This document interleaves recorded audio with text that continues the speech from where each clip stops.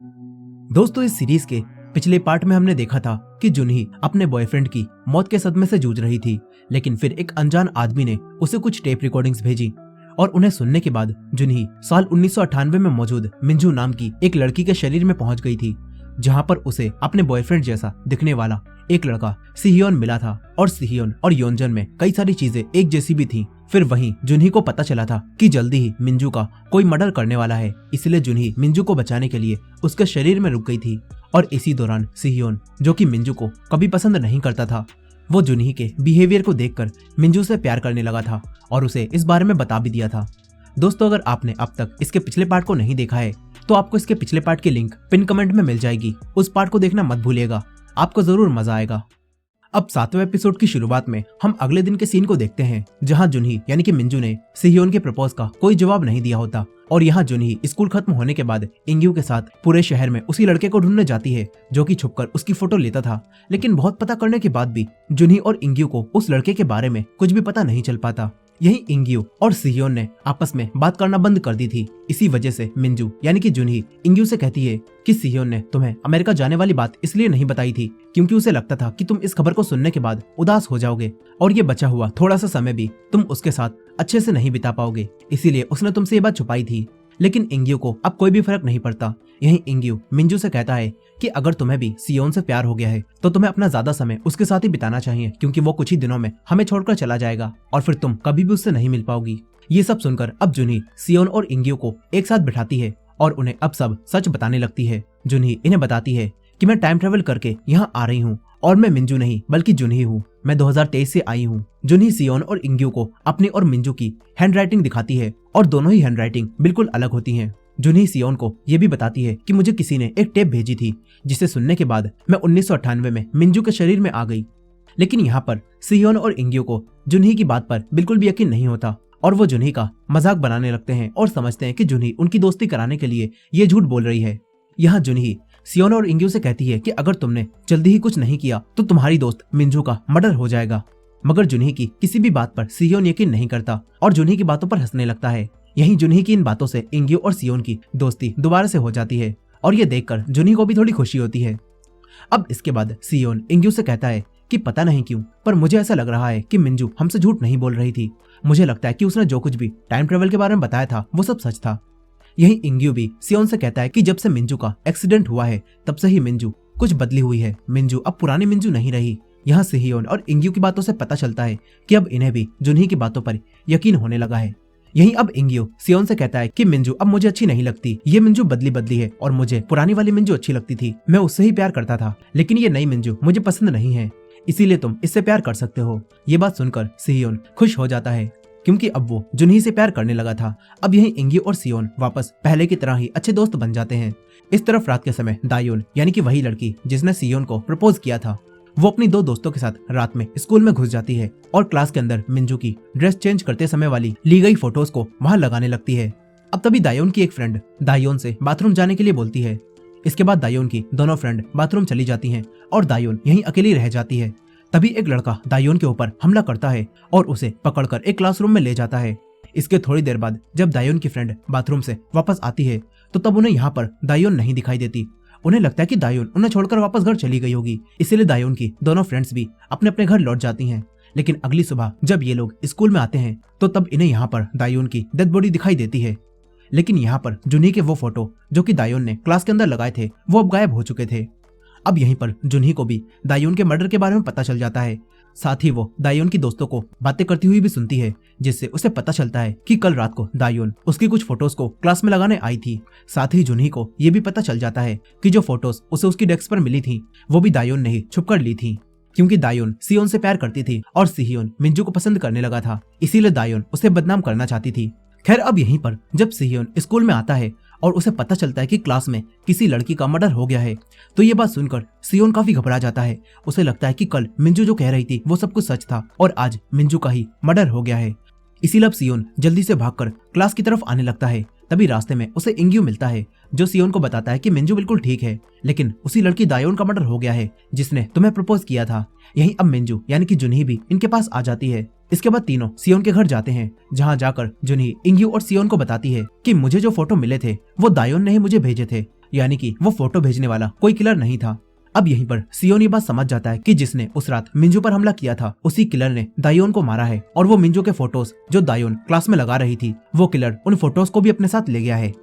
अब ये तीनों सोचने लगते हैं कि आखिर वो किलर कौन हो सकता है, लेकिन इन्हें कुछ भी समझ नहीं आता कि दायोन को किसने मारा और आखिर उस किलर ने मिंजू की फोटोज क्लास से क्यों हटाई। इसके बाद अब इंग्यू अपने घर वापस चला जाता है। यही मिंजू यानी कि जुनही सियोन की स्केच को देखती है जिसके अंदर उसे वही पेंटिंग मिलती है जो कि सियोन ने बनाई थी, और ये पेंटिंग बिल्कुल वैसी ही होती है जो कि कुएंजन के पास साल 2023 में थी। जुनही इस पेंटिंग को देखकर हैरान रह जाती है और उसे कुछ भी समझ नहीं आता कि ये पेंटिंग 2023 में योनजुन के पास कैसे पहुंची। इस पेंटिंग को देखकर जुनही को लगता है कि सियोन और योनजन एक ही इंसान है। अब तभी प्रेजेंट टाइम में जुनही की दोस्त जुनही को वापस जगा देती है, जिससे जुनही मिंजू की बॉडी से बाहर आकर साल 2023 में अपनी खुद की बॉडी में पहुंच जाती है। जुनही को सब कुछ याद होता है और वो वापस आकर सबसे पहले मिंजू के अंकल के पास जाती है और उनसे पूछती है कि क्या सियोन और योनजन एक ही इंसान है। जुनही उनसे ये बात पूछ ही रही होती है कि तभी उसे यहाँ पर योनजन दिखाई देता है। जुनही योनजन को जिंदा देखकर हैरान रह जाती है और उससे पूछती है कि आखिर तुम कौन हो, क्या तुम्हारा नाम सियोन है या फिर तुम योनजन हो। जुनही अब रोने लगती है। इस पर अब ये लड़का जुनही को सारी सच्चाई बताना शुरू करता है और कहानी साल 2002 में जाती है, जहां पर हम सियोन को देखते हैं जो कि अमेरिका से पढ़ाई पूरी करके वापस अपने देश लौट रहा होता है। दरअसल साल 1998 में मिंजू के मर्डर के बाद सियोन अमेरिका चला गया था और अब सियोन साल 2002 में अमेरिका से वापस आया है।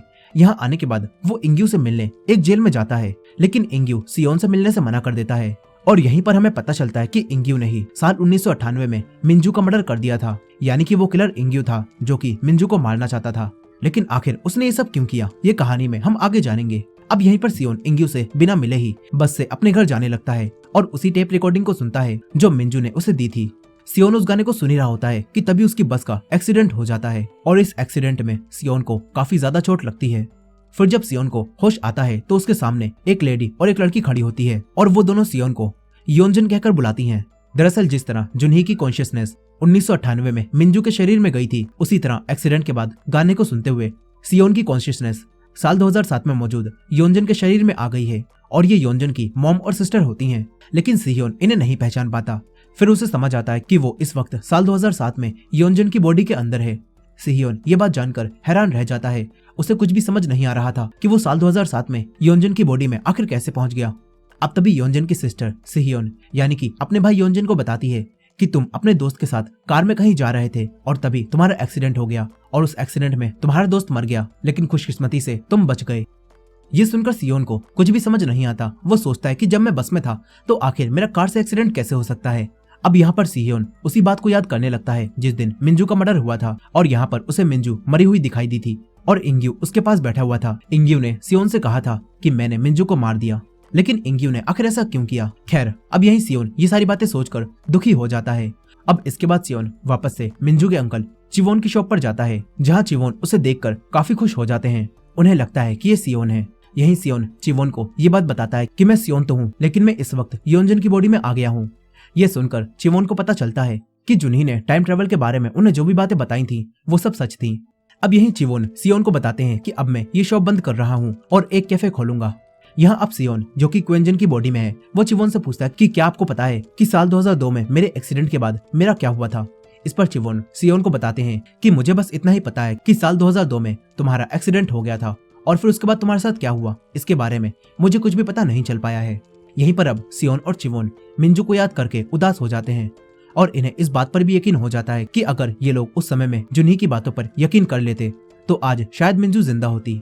अब इसके बाद सियोन घर वापस जाकर जुनही के बारे में पता लगाने लगता है, क्योंकि उसे याद होता है कि जुनही साल 2023 से आई थी, यानी कि साल 2007 में भी वो कहीं ना कहीं मौजूद होगी। अब यहाँ सियोन को ये पता चल जाता है कि जुनही साल 2007 में एक कॉलेज में पढ़ती है। इसके बाद सियोन उसी कॉलेज के पास जाता है जहाँ उसे जुनही दिखाई देती है, लेकिन जुनही सियोन को पहचान नहीं पाती क्योंकि यहाँ पर जुनही पहली बार कुएंजन से मिल रही होती है। और इस तरह हमें पता चलता है कि जुनही जब कुएंजन से पहली बार मिली थी तो तब उसके शरीर के अंदर सियोन मौजूद था। अब इसके बाद हम कुछ समय पहले का सीन देखते हैं जहाँ पर हमें असली योनजन को दिखाया जाता है जो कि अपने दोस्त के साथ एक कार में कहीं जा रहा था और तभी उसका एक्सीडेंट हो गया और इस एक्सीडेंट के बाद ही सियोन उसके शरीर में आया है। कहानी वापस साल 2007 में आती है जहाँ अब सियोन जो कि क्वेंजन की बॉडी में है वो जुनही को देखकर काफी खुश हो जाता है। इसके बाद सियोन घर जाकर वैसी ही पेंटिंग बनाता है जैसी उसने 1998 में मिंजू की बनाई थी। और इस तरह हमें पता चलता है कि वो पेंटिंग आखिर क्वेंजन के पास कैसे आई। अब सियोन योंजन की जिंदगी जीने का फैसला करता है और जुनही के कॉलेज में पढ़ाई करने के बारे में सोचता है ताकि वो जुनही से वैसा ही मिल सके जैसे जुनही ने उसे बताया था कि वो कैसे क्वेंजन से मिली थी। इसके बाद सियोन चिवोन के कैफे में काम करने लगता है। यहीं सियोन एग्जाम में काफी अच्छे नंबर लाता है जिससे उसे जुनही के कॉलेज में एडमिशन मिल जाता है। यह अब सियोन जो कि क्वेंजन की बॉडी में है वो पहली बार कॉलेज जाता है और जब यहाँ पर उसे जुनही दिखाई देती है तो सियोन बिना कुछ सोचे समझे जुनही को प्रपोज कर देता है और सोचता है कि जुनही क्वेंजन से प्यार करने लगेगी। लेकिन जुनही इस सबसे चिढ़ जाती है और समझती है कि सियोन कोई आवारा लड़का है जो कि हर किसी पर लाइन मारता रहता है, इसलिए जुनही सियोन के प्रपोजल को रिजेक्ट कर देती है। यहीं पर सियोन एक लड़के को भी देखता है और जुनही सियोन यानी कि क्वेंजन से कहती है कि ये मेरा बॉयफ्रेंड है। जुनही की इस बात से सियोन काफी उदास हो जाता है। तभी उसके पास चनयंग नाम का एक लड़का आता है और सियोन यानी कि क्वेंजन की चनयंग से काफी अच्छी दोस्ती हो जाती है। वो सियोन को कुछ लड़कियों से मिलवाने के लिए अपने साथ एक रेस्टोरेंट में लेकर जाता है जहाँ सियोन जुनही को देखता है जो कि उस रेस्टोरेंट में काम कर रही होती है। यहाँ जुनही सियोन के पास आती है और कहती है कि तुम मेरा पीछा क्यों कर रहे हो। इस पर सियोन जुनही से कहता है कि मैं तुम्हारा पीछा नहीं कर रहा, मैं बस यहाँ पर इन लड़कियों से मिलने आया हूँ। अब इसके बाद सियोन चनयंग के साथ रेस्टोरेंट के बाहर खड़ा होकर जुनही का इंतजार करने लगता है। तभी जुनही अपने बॉयफ्रेंड के साथ वहाँ पर आती है और ये देखकर सियोन को काफी बुरा लगता है। इसके बाद सियोन चिवोन के पास जाता है और उन्हें बताता है कि इस वक्त जुनही का एक बॉयफ्रेंड भी है। यहाँ अब सियोन को याद आता है कि जब जुनही मिंजू के शरीर में आई थी तो उसने तब मुझे बताया था कि वो और क्वेंजन एक रेस्टोरेंट में काम किया करते थे और तभी वो दोनों बहुत क्लोज आ गए थे। यहाँ अब सियोन भी हर जगह पर जुनही का पीछा करने लगता है और वो जुनही के रेस्टोरेंट में काम भी करने लगता है। ये देखकर जुनही सियोन से कहती है कि मुझे पता है तुम मेरा पीछा करने के लिए ही यहाँ पर काम कर रहे हो। पर सियोन जुनही से कहता है कि अगर तुम्हें मेरा यहाँ पर काम करना पसंद नहीं तो मैं ये काम छोड़ देता हूँ। लेकिन जुनही इतनी बुरी भी नहीं थी कि वो किसी का काम छुड़वा दे, इसीलिए अब जुनही सियोन को काम छोड़ने से मना कर देती है। लेकिन वो कहती है कि ये काम बहुत मुश्किल है और तुम कुछ दिनों बाद इसे खुद ही छोड़ दोगे। फिर कुछ समय बाद सियोन को यहाँ काम करने में परेशानी होने लगती है, लेकिन वो जुनही के लिए इस काम को करता रहता है। इस तरफ चिवोन साल 2007 में मौजूद असली सियोन को कॉल करते हैं और ये बताते हैं कि योंजन के शरीर में पास्ट से आया सियोन ने जुनही से मिलना शुरू कर दिया है और अब वो जुनही के कॉलेज में भी पढ़ता है। यहाँ पर हमें इन दोनों की बातों से पता चलता है कि सियोन को क्वेंजन की बॉडी में जुनही से मिलाने का प्लान असली सियोन का था। और अब कहानी साल 2006 में आती है जहाँ पर अब हम इंग्यू को देखते हैं जो कि जेल से बाहर आता है। यहाँ सियोन अब बहुत समय बाद इंग्यू से मिलता है और ये सियोन असली सियोन होता है जो कि उस एक्सीडेंट के बाद जिंदा बच गया होता है। दरअसल साल 2023 में क्वेंजन के एक्सीडेंट के बाद सियोन की कॉन्शियसनेस वापस उसी के शरीर में आ गई थी और इस सियोन को सब कुछ पता होता है। अब यहाँ सियोन इंग्यू को उसकी दादी से मिलवाता है और उनसे मिलकर इंग्यू काफी रोता है। फिर रात के समय सियोन और इंग्यू बैठकर ड्रिंक करने लगते हैं। यहाँ सियोन इंग्यू को बताता है कि मेरा एक कार से एक्सीडेंट हो गया था और मेरा एक पैर खराब हो गया, लेकिन अब मेरी एक अच्छी जॉब लग गई है और मैं अपनी जिंदगी खुशी से जी रहा हूँ। सियोन की सारी बातें सुनकर इंग्यू उससे कहता है कि मैंने मिंजू को मार डाला तो तुम्हें तो मुझसे नफरत करनी चाहिए। इस पर सियोन इंग्यू से कहता है कि मुझे पता है तुमने मिंजू को नहीं मारा होगा और तुम झूठ बोल रहे हो, इसीलिए मुझे तुमसे नफरत नहीं है। अब इसके बाद सियोन अपने घर जाता है जहाँ एक दीवार पर हम बहुत सारी न्यूज और कुछ फोटोज को देखते हैं जिससे पता चलता है कि ये सियोन मिंजू को वापस जिंदा करने के लिए कोई प्लान बना रहा है। खैर अब कहानी वापस साल 2007 में आती है जहाँ पर सियोन जो कि क्वेंजन की बॉडी में है वो एक बूढ़ी औरत की रास्ता बताने में मदद करता है। जुनही ये सब देखती है और समझ जाती है कि क्वेंजन एक अच्छा इंसान है। अब यहीं पर सियोन जुनही के कॉलेज के क्लब में हिस्सा ले लेता है। यहाँ अब जुनही भी सियोन यानी कि योंजन से चिढ़ना बंद कर देती है। इसके बाद जुनही और सियोन रेस्टोरेंट में काम कर रहे होते हैं तो तभी रेस्टोरेंट में काम करने वाली दूसरी लड़की के पास उसकी फ्रेंड का एक मैसेज आता है और वो बताती है कि मैं बहुत मुश्किल में हूँ। ये सुनकर रेस्टोरेंट में काम करने वाली वो लड़की जुनही से कहती है कि मेरी फ्रेंड बार बार मुझसे मदद मांग रही है और मुझे ये अच्छा नहीं लग रहा, मैं उसके पास जाना चाहती हूँ। यहाँ पर उस लड़की की बात सुनकर सियोन यानी कि क्वेंजन उससे कहता है कि अगर तुम्हारी दोस्त सच में मुश्किल में फंसी है तो तुम्हें जरूर उसकी मदद करने जाना चाहिए। ये बोलकर सियोन उस बात को याद करता है जब चिवोन ने उसे बताया था कि साल 2006 में इंग्यू ने जेल से बाहर आने के बाद सुसाइड कर लिया था। यहाँ हमें पता चलता है कि पास्ट में यानी कि साल 2006 में इंग्यू जल्दी ही सुसाइड करने वाला है। अब सियोन उस बात को याद करके अकेले में जाकर रोने लगता है और जुनही जब ये देखती है तो जुनही सियोन से कहती है कि अगर तुम्हें कोई परेशानी है तो तुम मुझे बता सकते हो। यहाँ अब जुनही सियोन यानी कि क्वेंजन की दोस्त बन जाती है। इसके बाद जब जुनही का बर्थडे आता है तो जुनही अपने दोस्तों के साथ पार्टी करने का प्लान बनाती है, लेकिन तभी उसके रेस्टोरेंट से फोन आता है और जुनही का बॉस उसे काम पर बुलाने लगता है। यहाँ सियोन जुनही से कहता है कि मैं तुम्हारे बदले का काम कर लूंगा और तुम अपने दोस्तों के साथ पार्टी करने चले जाना। इसके बाद सियोन जुनही के बदले का काम करने चला जाता है और फिर जुनही भी पार्टी खत्म करके रेस्टोरेंट में आ जाती है। यहाँ पर वो सियोन की काम में मदद करने लगती है। फिर जब सारा काम खत्म हो जाता है तब सियोन जुनही से कहता है कि तुम मेरा यही वेट करो, मैं बस अभी आता हूँ। और फिर सियोन जुनही के लिए एक बर्थडे केक लाता है, लेकिन जब वो वापस आता है तो तब यहाँ पर उसे जुनही दिखाई नहीं देती। इनका बॉस सियोन को बताता है कि जुनही को कोई जरूरी काम आ गया था, इसीलिए वो तुरंत यहाँ से चली गई। ये सुनकर अब सियोन उदास हो जाता है। वहीं दूसरी तरफ जुनही अपने बॉयफ्रेंड के पास जाती है, जहाँ वो अपने बॉयफ्रेंड को एक दूसरी लड़की के साथ देखती है और समझ जाती है कि उसका बॉयफ्रेंड उसे धोखा दे रहा है।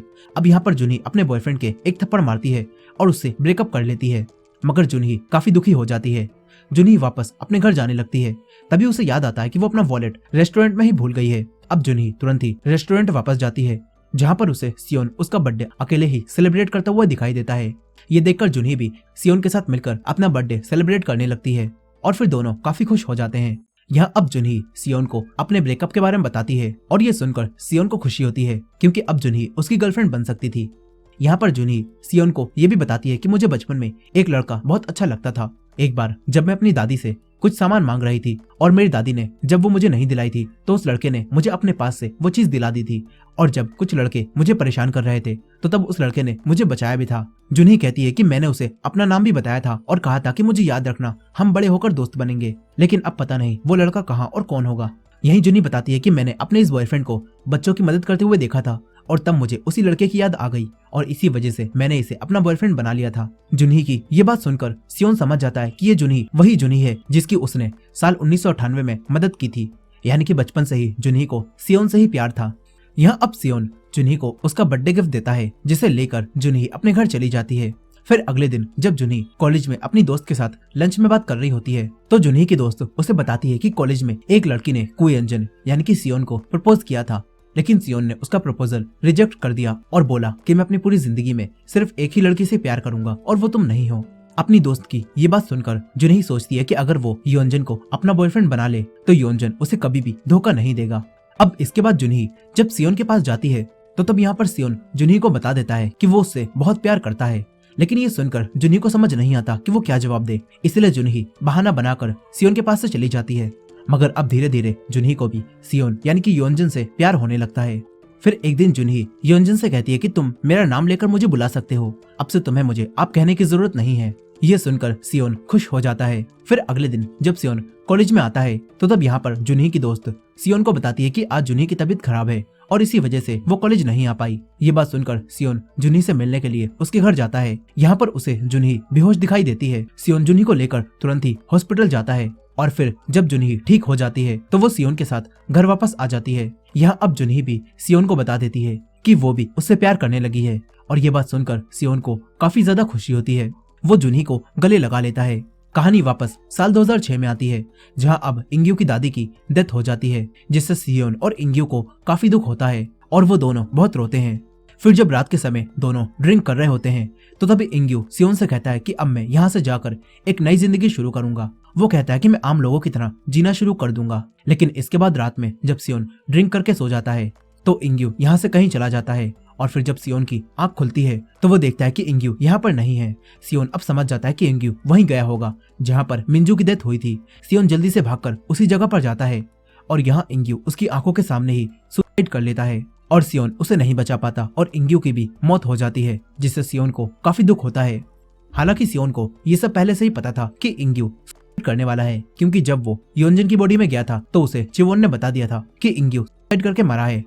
खैर अब कहानी दोबारा से साल 2007 में आती है, जहाँ सियोन जो कि योंजन की बॉडी के अंदर है और जुनही दोनों एक दूसरे से बहुत प्यार करने लगते हैं। वो दोनों साथ रहना शुरू कर देते हैं और इस तरह हमें पता चलता है कि कैसे जुनही योंजन से प्यार करने लगी थी। फिर आगे की कहानी हमें पता है कि साल 2023 में जब जुनही यूएस चली गई थी और फिर उसके पीछे योंजन यानी कि सियोन जब वहां आ रहा था तो प्लेन क्रैश में योंजन की डेथ हो गई थी और फिर इसके बाद ही जुनही टाइम ट्रेवल करके मिंजू के शरीर में गई थी और उसे सब कुछ पता चला था। अब कहानी वापस साल 2023 में आ जाती है, जहां हमें पता चलता है कि अब तक हम जिसे योंजन समझ रहे थे वो योंजन नहीं बल्कि सियोन था और सियोन ने जुनही को बता दिया होता है कि वही योंजन की बॉडी के अंदर था। यहाँ जुनही भी सियोन को जिंदा देखकर काफी खुश होती है और उसे वापस घर ले आती है। यहाँ आने के बाद सियोन जुनही को बताता है कि जब तुम मुझे छोड़कर न्यूयॉर्क चली गई थी और मैं तुम्हारे पास आ रहा था तो तभी मेरा एक्सीडेंट हो गया था, लेकिन इस बार कुछ अलग हुआ है।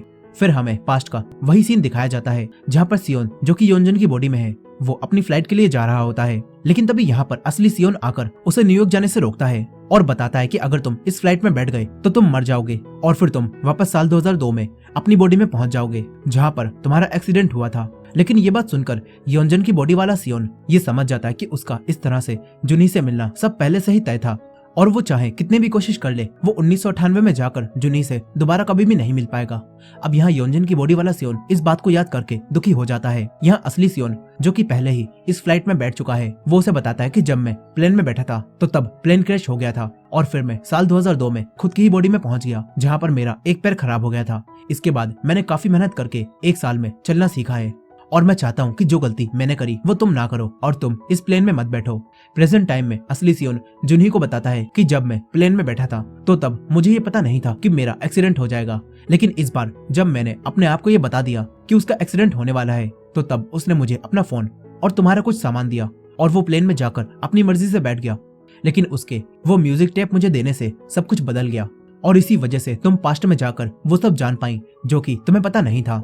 अब जुनही को ये सारी बातें बताने के बाद सियोन जुनही को उसके बर्थडे गिफ्ट के लिए उसकी तरफ से लाई हुई एक रिंग देता है और ये देखकर जुनही खुश हो जाती है और जुनही को भी पूरा विश्वास हो जाता है कि वो कोयोंजन की बॉडी में सियोन से ही प्यार करती थी। अब ये दोनों किस करने लगते हैं। यहाँ अब सियोन जुनही को ये बात भी बताता है कि पास्ट में साल 1998 में इंग्यू ने ही मिंजू का मर्डर कर दिया था और फिर साल 2006 में जब वो बाहर आया तो उसने भी सुसाइड कर लिया।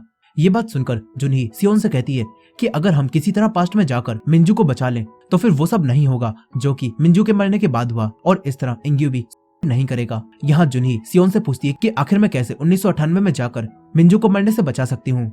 इस पर सियोन जुनही से कहता है कि तुम्हें 1998 में मिंजू की बॉडी के अंदर जाकर उस दिन तक जिंदा रहना होगा जिस दिन मिंजू मरी थी और इस तरह तुम उस दिन मिंजू की मौत को टाल सकती हो और फिर सब कुछ ठीक हो जाएगा। अब ये सुनकर जुनही मिंजू की मौत को टालने की ठान लेती है ताकि वो मिंजू और इंग्यू दोनों को वापस जिंदा कर सके। जुनही दोबारा से वही गाना सुनती है और 1998 में जाने की कोशिश करती है, लेकिन वो इस बार 1998 में नहीं जा पाती। अब जुनही और सियोन को ये समझ नहीं आता कि जुनही अब उस टेप को सुनने के बाद भी 1998 में क्यों नहीं जा रही।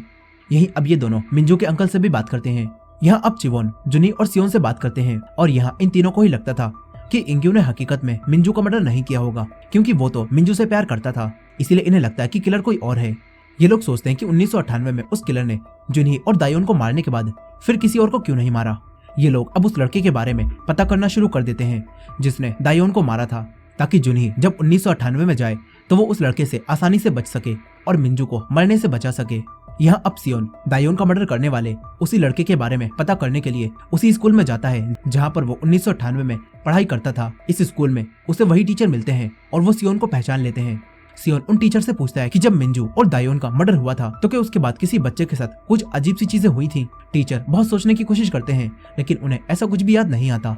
इसके बाद सियोन सारे पुराने रिकॉर्ड्स को चेक करने लगता है लेकिन उनके अंदर भी उसे कुछ भी अलग दिखाई नहीं देता। तभी टीचर को कुछ याद आता है। वो सियोन को बताते हैं कि मिंजू और दायोन के मर्डर के बाद हमें पता चला था कि हमारे स्कूल में पढ़ने वाला एक लड़का एक साइको था और उसे अब कई सालों से साइकियाट्रिक के पास रखा गया है। टीचर की ये बात सुनकर सियोन समझ जाता है कि उसी लड़के ने जरूर दायोन को मारा होगा और उसने मिंजू को भी मारा होगा। अब सियोन उस टीचर के साथ मिलकर उसी लड़के की डिटेल्स ढूंढना शुरू कर देता है। इस तरफ जुनही भी सारी पुरानी न्यूज को पढ़कर उस किलर का पता लगाने की कोशिश कर रही होती है। अब तभी यहाँ पर योंजन का दोस्त चनियंग आ जाता है। वो भी इन न्यूज को पढ़ने लगता है जो कि जुनही पढ़ रही थी।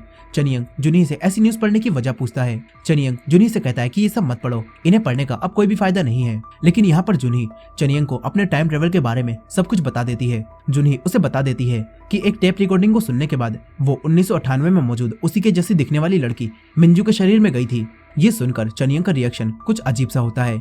इस तरफ सियोन को भी उसी लड़के का नाम पता चल जाता है जिसने दायोन को मारा था और वो लड़का कोई और नहीं बल्कि चनियंग का बड़ा भाई होता है जो कि बिल्कुल चनियंग की तरह दिखता था और जिसे हमने 1998 में भी देखा था जो कि मिंजू का पीछा कर रहा था। अब सियोन जुनही को ये सारी बातें बताने के लिए तुरंत ही उसके पास आने लगता है। यहीं जुनही चनियंग को सब कुछ बता देती है और उसकी सारी बातें सुनने के बाद चनियंग जुनही से पूछता है कि तुम इस मर्डर केस के बारे में आखिर क्यों पढ़ रही हो। इस पर जुनही उससे कहती है कि मुझे लगता है कि 1998 में मिंजू का जो मर्डर हुआ था वो इंग्यू ने नहीं किया होगा बल्कि किसी और ने मिंजू को मारा होगा, इसीलिए हम लोग उसका पता लगा रहे हैं ताकि मैं पास्ट में जाकर सब कुछ बदल सकूं। यहाँ चनियंग उसकी सारी बातें सुनता है और फिर चनियंग को अपना बचपन याद आता है, जहाँ पर वो अपने बड़े भाई के पास मौजूद मिंजू की फोटो को देखता था और उसे मारने के बारे में सोचता था। और इस सब से हमें पता चलता है कि असली साइको चनियंग का बड़ा भाई नहीं बल्कि चनियंग है। अब यहाँ चनियंग भी उसी टेप रिकॉर्डिंग को सुनने लगता है जिससे जुनही टाइम ट्रेवल कर रही थी और फिर चनियंग की कॉन्शियसनेस भी साल 1998 में मौजूद उसके भाई के अंदर चली जाती है। इस तरफ सियोन वो सारी बातें जानकर जुनही के घर की तरफ आ रहा होता है। यहीं थोड़ी देर बाद जुनही चनियंग को उठाती है और चनियंग 1998 से बाहर आ जाता है। चनियंग जुनही से कहता है कि मुझे गाना सुनकर नींद आ गई थी। यहाँ पर अब चनियंग अपनी हकीकत बताता है और जुनही से कहता है कि मुझे गाना सुनकर नींद आ गई थी और मैं पास्ट में गया था और अब मुझे पता चला कि उन दिनों में मेरे और मेरे भाई के साथ आखिर क्या हुआ था। यहाँ पर चनियंग जुनही से पूछता है कि क्या तुम्हारे पास उस लड़के के बारे में कोई सबूत है जिसने मिंजू को मारा था। इस पर जुनही मना कर देती है। तभी चनियंग अपना साइको वाला रूप दिखाता है और जुनही पर हमला करके उससे वो टेप रिकॉर्डिंग ले लेता है।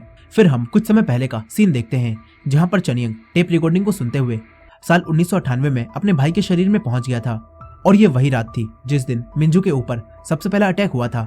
यहाँ हम देखते हैं कि मिंजू का जब एक्सीडेंट होने वाला था तो तभी यहाँ पर चनियंग जो कि अपने भाई के शरीर के अंदर है वो मिंजू को एक्सीडेंट से बचा लेता है। लेकिन फिर वो मिंजू को जबरदस्ती एक सुनसान जगह पर लेकर जाता है और उसे जान से मारने के लिए उस पर हमला कर देता है। लेकिन उसके मिंजू को जान से मारने से पहले ही साल 2023 में जुनही ने उसे उठा दिया था। इसी वजह से इस रात चनियंग मिंजू को नहीं मार पाया, यानी कि असली किलर चनियंग है जो कि साल 2023 से 1998 में जाकर मिंजू को मारने की कोशिश कर रहा है। अब यहाँ पर प्रेजेंट में चनियंग जुनही को मारने जा ही रहा होता है कि तभी यहाँ पर सियोन आ जाता है और ये देखकर चनियंग यहीं पर छुप जाता है। लेकिन सियोन चनियंग को देख लेता है और उसके पास वही टेप रिकॉर्डिंग देखकर समझ जाता है कि चनियंग ने ही जुनही पर हमला करके उसे बेहोश किया है। अब तभी चनियंग सियोन पर भी हमला कर देता है। वो सियोन को मारकर जख्मी कर देता है और उस टेप रिकॉर्डिंग को लेकर और मिंजू की डायरी को लेकर यहाँ से चला जाता है। चनियंग अपने घर आता है और दोबारा से उसी टेप रिकॉर्डिंग को सुनता है और साल 1998 में अपने भाई के शरीर में पहुंच जाता है। चनियंग यहाँ पर आने के बाद मिंजू के पास इंग्यू की वही कान की मशीन फेंक देता है ताकि सारा इल्जाम इंग्यू के ऊपर आ जाए, लेकिन हमें पता है कि ऐसा नहीं हुआ था। इस तरफ प्रेजेंट में अब सियोन भी मर जाता है और जुनही जब सियोन को मरा हुआ देखती है तो वो बहुत ज्यादा रोती है। जुनही के पास अब वो टेप रिकॉर्डिंग में नहीं होती जिससे वो पास्ट में जाकर सब कुछ बदल सके, लेकिन जुनही अब भी हार नहीं मानती। वो चनियंग को ढूंढने का फैसला करती है ताकि वो उससे टेप रिकॉर्डिंग लेकर वापस पास्ट में जा पाए और सब कुछ वापस रीसेट कर सके। यहीं अब पुलिस भी चनियंग को ढूंढने में लग जाती है। इधर जुनही मिंजू के अंकल से बात करती है और उनसे पूछती है कि अगर चनियंग 1998 में गया है तो तब वहाँ पर कोई ना कोई तो ऐसा होगा जो कि बिल्कुल चनियंग की तरह दिखता होगा। इस पर मिंजू के अंकल उसे बताते कि चनियंग का बड़ा भाई उस समय पर बिल्कुल चनियंग की तरह ही दिखता था, जरूर चनियंग उसी की बॉडी में गया होगा। ये सुनकर जुनही चिवोन से चनियंग के बड़े भाई के बारे में पूछती है और फिर ये दोनों एक मेंटल हॉस्पिटल जाते हैं जहाँ पर इन्हें चनियंग का बड़ा भाई मिलता है। उसे दायोन के मर्डर के केस में साइको मानकर यहाँ पर रखा गया होता है, लेकिन हकीकत में 1998 में दायोन को भी चनियंग ने ही मारा था जो कि उस समय में अपने भाई की बॉडी में आया हुआ था। खैर अब यहाँ पर जुनही चनियंग के भाई से पूछती है कि क्या 1998 में हुए मिंजू के मर्डर के बारे में तुम्हें कुछ याद है। इस पर चनियंग का भाई जुनही से कहता है कि मैं उस समय बस सब कुछ देख सकता था, लेकिन वो मर्डर कौन कर रहा था ये मुझे नहीं पता, मगर मैंने वो मर्डर नहीं किए। ये सब सुनकर जुनही को अब यकीन हो जाता है कि चनियंग अपने बड़े भाई की बॉडी के अंदर ही गया था। यही पास्ट में चनियंग अपने भाई की बॉडी में आने के बाद वही सारे काम करने लगता है जो वो बचपन में उस समय में करना चाहता था। वो सबसे पहले दायोन को मार देता है, फिर वो मिंजू को भी मारने का प्लान बनाता है। लेकिन इस तरह प्रेजेंट में पुलिस चनियंग को पकड़ लेती है। चनियंग नींद से जाग जाता है। वो पुलिस को देखते ही उसी टेप रिकॉर्डिंग को काफी बुरी तरह से तोड़ देता है ताकि जुनही टाइम ट्रेवल ना कर पाए। पुलिस अब जुनही को वो टूटी हुई टेप रिकॉर्डिंग्स देती है। जुनही उन्हें इतनी बुरी हालत में देखकर काफी दुखी हो जाती है। तभी उसे चनियंग दिखाई देता है। जुनही को उस पर गुस्सा आने लगता है और वो चिल्लाने लगती है। तभी चनियंग जुनही से कहता है कि मैंने मिंजू को नहीं मारा, बल्कि वो तुम हो जिसने मिंजू को मारा है। चनियंग की बात सुनकर जुनही को कुछ भी समझ नहीं आता कि आखिर वो कैसे मिंजू को मार सकती है। इसके बाद जुनही पुलिस से वही टेप रिकॉर्डिंग्स वापस ले लेती है और उन्हें एक शॉप पर जाकर ठीक करा लेती है। जुनही दोबारा से उन टेप रिकॉर्डिंग की मदद से पास्ट में जाने की कोशिश करती है और लगता है कि जिससे जुनही मिंजू के शरीर में आ गई। ये वही समय होता है जब जुनही ने सियोन के पास वैसी ही पेंटिंग देखी थी जैसी उसने योंजन के पास देखी थी। अब यहाँ पर जुनही सियोन को देखती है और उसे देखकर गले लगा लेती है। फिर सियोन जुनही यानी कि मिंजू को उसके घर छोड़कर आता है और उससे कहता है कि जब तक वो किलर पकड़ा नहीं जाता जिसने तुम पर हमला किया था तब तक मैं ज्यादातर तुम्हारे साथ ही रहूंगा। यह सुनकर जुनही घर के अंदर आ जाती है और फिर एक मिरर को देखने लगती है और यहाँ पर अब हमें पता चलता है कि जुनही मिंजू के शरीर के अंदर तो आ गई है, लेकिन वो उसी जगह पर कैद है जहाँ पर पहले मिंजू कैद थी और अब फिर से मिंजू के शरीर पर उसका पूरा कंट्रोल आ चुका है। अब अगले दिन मिंजू सोकर उठती है तो वो ये समझ जाती है कि सियोन उससे तब तक ही प्यार करेगा जब तक वो जुनही की तरह बनकर रहेगी। इसलिए मिंजू जुनही की तरह बनने की कोशिश करने लगती है ताकि सियोन उसे पसंद करता रहे। मिंजू को भी जुनही की तरह जिंदगी जीने में काफी अच्छा लगता है क्योंकि अब सभी लोग उससे अच्छे से बात करने लगे थे। लेकिन यही सारे लोग पुराने मिंजू को पसंद नहीं करते थे क्योंकि पुरानी मिंजू हमेशा उदास उदास और अकेली रहती थी। लेकिन जब जुनही मिंजू के शरीर में आ गई और उसका बिहेवियर बदला तो सभी लोग उसे पसंद करने लगे और उससे बात करने लगे और मिंजू को भी ये सब देखकर खुशी हो रही थी। इसीलिए मिंजू को भी जुनही की तरह जिंदगी जीना काफी अच्छा लगता है। लेकिन अब यहाँ पर स्कूल में पुलिस आती है और वो मिंजू से पूछती है कि क्या तुम्हें दायोन के मर्डर के बारे में कुछ पता है। इस पर मिंजू पुलिस से मना कर देती है। यहाँ मिंजू पहले की तरह कॉन्फिडेंट के साथ पुलिस ऑफिसर से बात नहीं कर पाती और ये देखकर वो पुलिस ऑफिसर मिंजू से कहता है कि आज तुम मुझे थोड़ी अलग से लग रही हो। ये सुनकर मिंजू समझ जाती है कि वो सही से जुनही की एक्टिंग नहीं कर पा रही और अगर ऐसा ही चला तो सब लोग उसे पहचान लेंगे। यही अब मिंजू अपने अंदर मौजूद जुनही से बात करने लगती है और जुनही को बताती है कि जब तुम मेरे शरीर में आई और मैं अपने ही शरीर में कैद हो गई तो तब मुझे पता चला कि अगर मैं तुम्हारी जैसी बन जाऊं तो सभी लोग मुझसे प्यार करने लगेंगे और इसी वजह से अब मैं तुम्हारे जैसी बनने की पूरी कोशिश करूंगी। यहाँ जुनही को मिंजू की बातें समझ नहीं आती। वो ये समझ नहीं पाती कि आखिर मिंजू उसके जैसी क्यों बनना चाहती है। जुनही मिंजू से कहती है कि तुम्हें जल्दी ही सियोन और इंग्यू को सच बताना होगा, नहीं तो चनियंग जो कि इस वक्त अपने बड़े भाई के शरीर में आया हुआ है वो तुम्हें मार डालेगा। लेकिन मिंजू उसकी बात पर ध्यान नहीं देती। यही सियोन और इंग्यू मिंजू से पूछते हैं कि पुलिस ऑफिसर्स ने तुम्हें अपने पास क्यों बुलाया था। इस पर मिंजू सियोन से कहती है कि पुलिस ने मुझे अकेले रहने से मना किया है। ये सुनकर अब सियोन और इंग्यू हमेशा मिंजू के आसपास रहने लगते हैं। फिर जब रात के समय सियोन मिंजू को उसके घर छोड़ने आता है तो तब यहाँ पर वो मिंजू को एक गिफ्ट देता है और ये देखकर मिंजू बहुत खुश हो जाती है क्योंकि आज से पहले किसी ने भी उसे गिफ्ट नहीं दिया था। अब इसके बाद मिंजू अपने घर चली जाती है। फिर अगले दिन मिंजू सियोन और इंग्यू के साथ घूमने जाती है। यहाँ उसे काफी अच्छा लगता है। मिंजू जुनही बनकर सियोन के साथ काफी अच्छा समय बिताती है। यही सियोन भी मिंजू को बताता है कि वो मिंजू के साथ रहने के लिए अपने मॉम डैड के साथ अमेरिका जाने से मना कर देगा और हमेशा ही उसके साथ रहेगा। ये सुनकर मिंजू और भी खुश हो जाती है। लेकिन फिर कुछ समय बाद सियोन को मिंजू के बर्ताव में कुछ अजीब महसूस होने लगता है और उसे महसूस होता है कि मिंजू अब पहले जैसी नहीं रही जैसी वो एक्सीडेंट के बाद हो गई थी। सियोन ये सोचकर काफी परेशान हो जाता है। वो ये बात इंग्यू को भी बताता है और कहता है कि मुझे मिंजू का बर्ताव अब फिर से अलग सा लगने लगा है और मुझे लग रहा है कि ये मिंजू वापस एक्सीडेंट से पहले वाली मिंजू बन गई है। यहाँ इंग्यू भी सियोन से कहता है कि हाँ, मैं भी असली मिंजू को पहचान सकता हूँ और जब मैंने इस मिंजू को देखा तो मुझे भी ऐसा लग रहा है कि ये मिंजू एक्सीडेंट के पहले वाली मिंजू बन चुकी है। यहीं पर मिंजू सियोन और इंग्यू की ये सारी बातें छुपकर सुन लेती है और समझ जाती है कि इंग्यू और सियोन को उस पर शक हो चुका है कि वो जुनही नहीं है। अब ये सब सुनने के बाद मिंजू काफी दुखी हो जाती है। फिर जब मिंजू रात में अपने अंकल की शॉप पर काम कर रही होती है तो तभी यहाँ पर उसके पास चनियंग का बड़ा भाई आता है जिसके अंदर अभी चनियंग मौजूद है।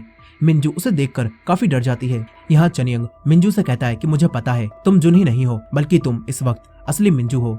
ये बात सुनकर मिंजू घबरा जाती है और शॉप बंद करके घर जाने लगती है। यहीं चनियंग भी मिंजू को मारने के लिए उसका पीछा करने लगता है। लेकिन तभी सियोन यहाँ पर आ जाता है और इस तरह अभी मिंजू बच जाती है।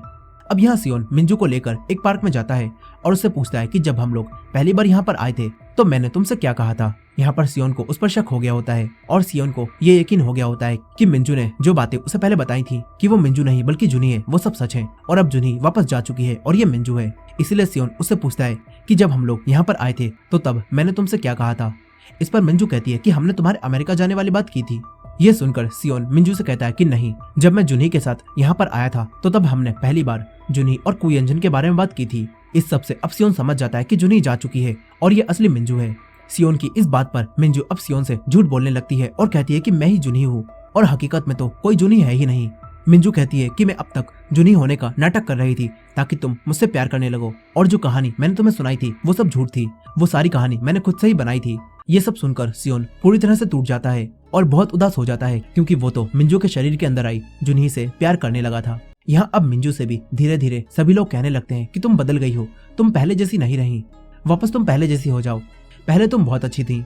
क्लास की लड़कियों की ऐसी बातें सुनकर मिंजू बहुत बुरा फील करने लगती है और फिर मिंजू को जुनही से नफरत हो जाती है। वो समझती है कि हर कोई बस जुनही को ही पसंद करता है और यहीं पर अब सियोन भी मिंजू से बात करना बंद कर देता है क्योंकि उसे लग रहा होता है कि मिंजू ने जुनही बनकर उसे धोखा दिया है। और इन सारी चीजों को देखकर मिंजू और भी दुखी हो जाती है। उसको मरने के ख्याल आने लगते हैं। मिंजू अपने स्कूल की छत पर खड़ी होकर सुसाइड करने की बात करने लगती है। लेकिन तभी मिंजू सोचती है कि अगर वो सुसाइड करके मर जाए तो सभी लोग कहेंगे कि हमें तो पता ही था वो उदास और अकेले अकेली रहती थी, उसमें जिंदगी जीने की हिम्मत नहीं थी, उसे तो मरना ही था। मिंजू सोचती है कि अगर उसने सुसाइड कर लिया तो लोग कुछ समय उसकी बात करेंगे और फिर उसे भूल जाएंगे, लेकिन अगर कोई उसका मर्डर कर दे तो लोग उसे ज्यादा समय तक याद रखेंगे। इसीलिए अब मिंजू सुसाइड नहीं करती और अपना मर्डर करवाने की सोचने लगती है। मिंजू की ये सारी बातें सुनकर जुनही, जो कि उसके शरीर के अंदर है, वो ये समझ जाती है कि चनियंग इसी बारे में बात कर रहा था और मेरी ही वजह से अब मिंजू मरना चाहती है। यहीं पर इंग्यू भी दूर से मिंजू को खुद से बातें करते हुए सुन लेता है और जब वो उसकी लिप्स रीडिंग करता है तो उसे पता चलता है कि मिंजू किसी जुनही से बात कर रही है और वो मरने वाली है। ये सुनकर इंग्यू जल्दी से स्कूल की छत पर जाता है, लेकिन अब मिंजू यहाँ से जा चुकी थी। अब इंग्यू ये बात सियोन को भी बता देता है और बोलता है कि मिंजू ने तुमसे झूठ बोला था, जुनही सच में है और वो मिंजू की बॉडी में आई थी और वो सब कुछ कोई कहानी नहीं थी। ये सुनकर सियोन और इंग्यू दोनों मिलकर अब मिंजू को ढूंढने लगते हैं।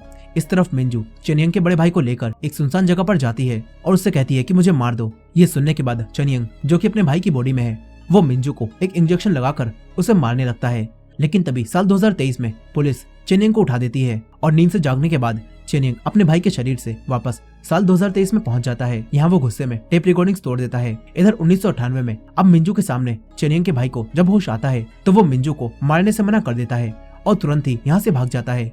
यहाँ अब मिंजू एक कांच के टुकड़े को उठा लेती है और अपने आप को जान से मारने की सोचने लगती है। तभी यहाँ पर इंग्यू आ जाता है और मिंजू को सुसाइड करने से मना करता है।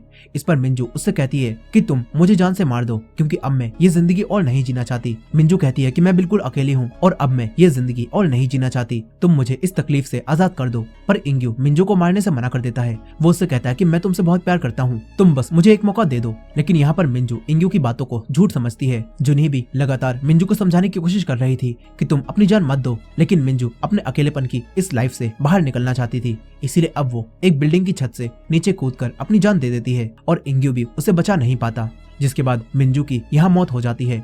और मिंजू के मरने के बाद जुनही वापस साल 2023 में आ जाती है। यहाँ अब जुनही दोबारा से टेप रिकॉर्डिंग्स को चलाने की कोशिश करती है, लेकिन अब वो टेप रिकॉर्डिंग्स फिर से टूट जाती हैं। वहीं पास्ट में सियोन जब मिंजू को ढूंढता हुआ उसके पास आता है तो यहाँ वो देखता है कि मिंजू अब मर चुकी है और इंग्यू उसके पास बैठा है। सियोन इंग्यू से पूछता है कि ये सब कैसे हुआ और मिंजू कैसे मरी। इस पर इंग्यू सियोन से बोलता है कि मैंने मिंजू को मारा है। और यहाँ पर अब हमें पता चलता है कि इंग्यू ने ऐसा इसलिए बोला था ताकि किसी को भी ये पता ना चले कि मिंजू ने सुसाइड किया है, और जब सब लोग जाने कि उसका मर्डर हुआ है तो सब लोग उसे ज्यादा समय तक याद करते रहे। यहाँ अब इंग्यू को भी पुलिस पकड़कर ले जाती है और उसे सजा हो जाती है और सियोन भी कुछ भी नहीं कर पाता। यही प्रेजेंट टाइम में जुनही उसी टेप रिकॉर्डिंग्स को सही करने की बहुत कोशिश करती है, लेकिन वो टेप रिकॉर्डिंग्स इस बार भी ठीक नहीं हो पाती। अब इसके बाद जुनही अपनी कार में बैठकर उसी टेप रिकॉर्डिंग को सुनने की कोशिश करती है। वो कई बार ट्राई करती है, लेकिन वो टेप रिकॉर्डिंग एक बार भी नहीं चलती। मगर फिर अचानक से वो टेप रिकॉर्डिंग्स दोबारा से शुरू हो जाती हैं और जुनही दोबारा से उसकी मदद से 1998 में मिंजू के शरीर के अंदर पहुंच जाती है। ये वही समय होता है जब मिंजू बिल्डिंग से नीचे कूदने वाली थी। लेकिन यहाँ पर जुनही अपने सामने इंग्यू को देखकर काफी खुश होती है। तभी उसका पैर फिसलता है, जिससे मिंजू यानी कि जुनही नीचे गिरने लगती है। लेकिन इस बार इंग्यू जुनही को पकड़ लेता है और इससे जुनही यानी कि मिंजू बच जाती है। अब तभी यहाँ पर सियोन भी आ जाता है और वो मिंजू को देखकर समझ जाता है कि जुनही उसकी बॉडी में फिर से आ गई है। अब यहाँ पर जुनही इंग्यू और सियोन को समझाती है कि ये सारी चीजें आखिर किस तरह जुड़ी हुई हैं। जुनही इन्हें चनियंग के बारे में भी सब बता देती है। साथ ही इन्हें जुनही बताती है अब जब मिंजू की जान बच गई है तो इसका मतलब है कि फ्यूचर बदल जाएगा और कुछ भी पहले जैसा नहीं रहेगा। ये सुनकर सियोन जुनही से कहता है कि अगर सब कुछ बदल जाएगा तो फिर मैं फ्यूचर में तुमसे कैसे मिलूंगा। इस पर जुनही कहती है कि शायद हम लोग अब कभी नहीं मिल पाएंगे। ये सुनकर ये दोनों उदास हो जाते हैं। इसके बाद जुनही मिंजू के घर जाती है और मिरर के सामने खड़ी होकर मिंजू को समझाती है कि मेरे जाने के बाद अगर तुमने एक बार फिर से मरने की कोशिश की तो इस बार मैं तुम्हें बचाने नहीं आ पाऊंगी। यहाँ अब जुनही मिंजू को समझाती है कि मैं गलत थी। जुनही कहती है कि जब मैं तुम्हारे शरीर में पहली बार आई थी तो तब मैं ये जान पाई थी कि तुम कितनी अकेली थी। जुनही मिंजू से कहती है कि मैं समझ सकती हूँ तुम बहुत दर्द में हो, लेकिन इस सबसे तंग आकर मरना कोई सही रास्ता नहीं है। जुनही मिंजू को समझाती है और कहती है कि तुम बस हमेशा खुश रहना चाहती थी, लेकिन तुमने दुनिया और कुछ लोगों से बहुत ज्यादा उम्मीदें लगा ली थी और जब तुम्हें वो सब नहीं मिल पाया जो कि तुम्हें चाहिए था, इसी वजह से तुम दुखी रहने लगी थी। जुनही मिंजू से कहती है कि तुम्हें जो मिला तुम्हें उसी में खुश रहना चाहिए और मरने के बारे में सोचना नहीं चाहिए। इन सब बातों से मिंजू समझ जाती है कि वो बहुत बड़ी गलती कर रही थी। अब अगले दिन जुनही इंग्यू को वो टेप रिकॉर्डिंग्स दे देती है और बोलती है कि तुम इन्हें खत्म कर देना ताकि ये फ्यूचर तक पहुंच ही ना पाए। जुनही की इस बात पर इंग्यू जुनही से कहता है कि अगर मैंने ऐसा किया तो फिर तुम कभी भी पास्ट में नहीं आ पाओगी और न ही सियोन से मिल पाओगी। इस पर जुनही इंग्यू से कहती है कि अगर तुम इन टेप रिकॉर्डिंग्स को खत्म कर दोगे तो सियोन भी मेरे बारे में सब कुछ भूल जाएगा और मैं भी सियोन और योंजन के बारे में सब कुछ भूल जाऊंगी। ये बोलकर जुनही एक आखिरी बार सियोन के साथ एक बीच पर घूमने जाती है और दोनों आखिरी बार काफी अच्छा समय बिताते हैं। यहीं सियोन जुनही से कहता है कि मुझे पता है कि तुमने वो टेप रिकॉर्डिंग्स इंग्यो को खत्म करने के लिए दे दी हैं और इससे हम दोनों अलग हो जाएंगे। लेकिन सियोन जुनही से वादा करता है कि तुम मुझे याद रहो या ना रहो, लेकिन मैं तुम्हें फ्यूचर में जरूर ढूंढ लूंगा। इस तरफ इंग्यो जैसे ही उन टेप्स को जलाता है तो वैसे ही जुनही वापस प्रेजेंट में आ जाती है। यहाँ अब प्रेजेंट में आने के बाद जुनही अपने फोन में सियोन की फोटो को देखती है, लेकिन अब फ्यूचर चेंज हो जाने की वजह से उसे सियोन की एक भी फोटो नहीं मिलती। साथ ही वो हर चीज गायब हो जाती है जो कि सियोन से जुड़ी हुई थी और पास्ट में भी सियोन के पास मौजूद जुनही से जुड़ी हुई सारी चीजें और यादें मिट जाती हैं और अब जुनही और सियोन एक दूसरे को भूल जाते हैं और इस तरह अब सब कुछ बदल जाता है। फिर कहानी वापस पास्ट में आती है जहां अब मिंजू अपनी बॉडी में वापस आ चुकी थी, लेकिन उसे जुनही के बारे में कुछ भी याद नहीं होता। यहाँ हमें पता चलता है कि मिंजू का पिछली रात एक्सीडेंट हो गया था, जिसका मतलब है कि चेनियंग भी टाइम ट्रेवल नहीं कर पाया और वो इस पास्ट में नहीं आ पाया। यहाँ अब मिंजू इंग्यू से बात करती है और कहती है कि पता नहीं क्यों, लेकिन जब से मेरा एक्सीडेंट हुआ है तब से मुझे जिंदगी थोड़ी अच्छी लगने लगी है। यहाँ अब इंग्यू भी मिंजू को बता देता है कि वो उसे पसंद करता है और मिंजू भी ये सुनकर खुश होती है। फिर कहानी साल 2011 में आती है जहाँ अब सियोन पढ़ाई खत्म करके अपना काम करने लगा था। यहाँ एक दिन जब सियोन काम खत्म करके अपने घर जा रहा होता है तो तभी उसे बस के अंदर जुनही दिखाई देती है और जुनही को देखकर सियोन को कुछ अलग फीलिंग आती है। सियोन जुनही के साथ बस से उतर जाता है और उसके पीछे जाकर उसे रोकता है और फिर दोनों एक दूसरे को देखने लगते हैं और हमें पता चलता है कि जो वादा सियोन ने जुनही से पास्ट में किया था कि वो उसे एक दिन जरूर ढूंढ लेगा, वो अब पूरा हो चुका है। और अब इसी एंडिंग के साथ ये कहानी यहीं पर खत्म हो जाती है। दोस्तों ये थी इस सीरीज की फुल स्टोरी। आई होप कि आपको ये स्टोरी पसंद आई होगी। वीडियो पसंद आई हो तो वीडियो को लाइक करना मत भूलिएगा और हमारे चैनल पर नए हैं तो हमारे चैनल वॉच मिस्ट्रीज हिंदी को सब्सक्राइब कर लीजिए। मिलते हैं नेक्स्ट वीडियो में।